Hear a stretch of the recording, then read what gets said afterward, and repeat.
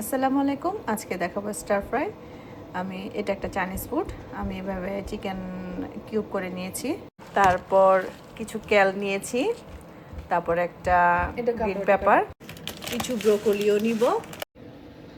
আমি কিছু capsicum, broccoli আর কিছু ক্যাল নিয়েছি।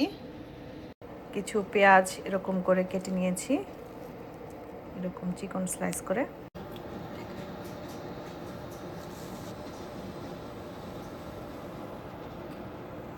প্রথমে আমি প্যানে সেসমি অয়েল দিলাম।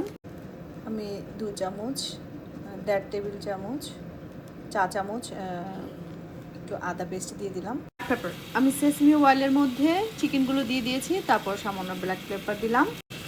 1 চামচ লবণ দিয়ে দিলাম, স্বাদ মতো, আপনাদের স্বাদ মতো লবণটা দিবেন। তারপর কিছু গার্লিক পাউডার দিব। তারপর কিছু চিলি ক্র্যাশ করা, এটা দিয়ে দিব। এখন সামান্য পরিমাণে একটু সয়া সস দিব। আমি যে ভেজিটেবলগুলো নিয়েছিলাম এগুলো সবগুলো এটার মধ্যে একটু ভেজে নিব। তারপর সব একসাথে আবার সুন্দর করে ভেজে নেব।